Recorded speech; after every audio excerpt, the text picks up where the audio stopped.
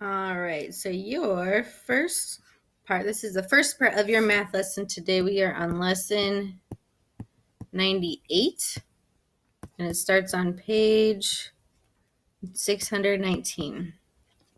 So write this in your math journal. Okay, so two-dimensional figures such as triangles, rectangles, and circles are flat. They cover an area, but they don't take up space. They have length and width, but no depth. Objects that take up space are items such as cars, basketballs, volleyballs, desks, houses, people. We take up space. We have a mass.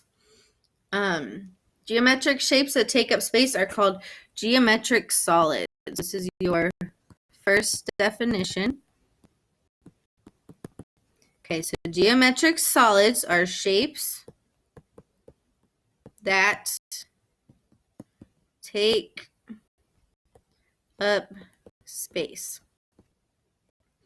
All right, so those are geometric solids. So solids have 3 dimensions, or they're 3D. In your books on page 619, you have a chart.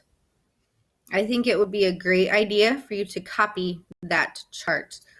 And I'm going to just on here show you some examples of the different items. All right, so the first one is a cube. All right, so this is just a cube, little cube. This is a real life cube. So one of those giant dice that we have at school. So this is an example of a real life cube. The next one is a rectangular prism. So here is just a rectangular prism. And then, actually I have 2 examples of rectangular prism. This one's a little bit broken. So this, one of our STEM bins from school, this is a rectangular prism. And this tissue box is also a rectangular prism. All right, this next one. We do not have any of these, and I don't have an item to show you, so I'm going to show you a picture that I found of a triangular prism. So triangular prism, on both ends, it has triangles on the base and the top. And then in between, there is a rectangle.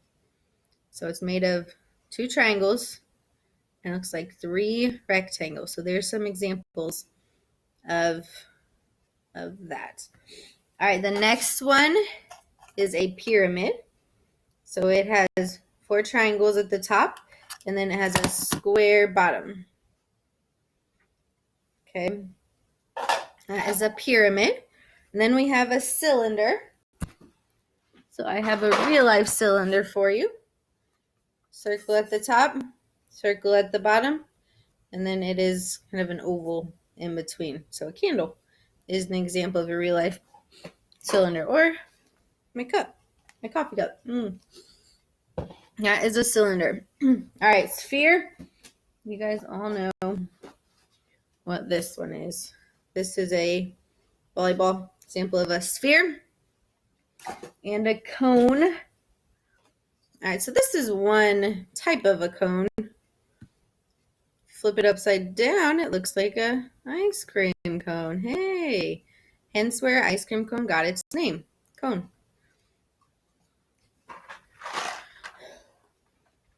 And I do have another type of a pyramid.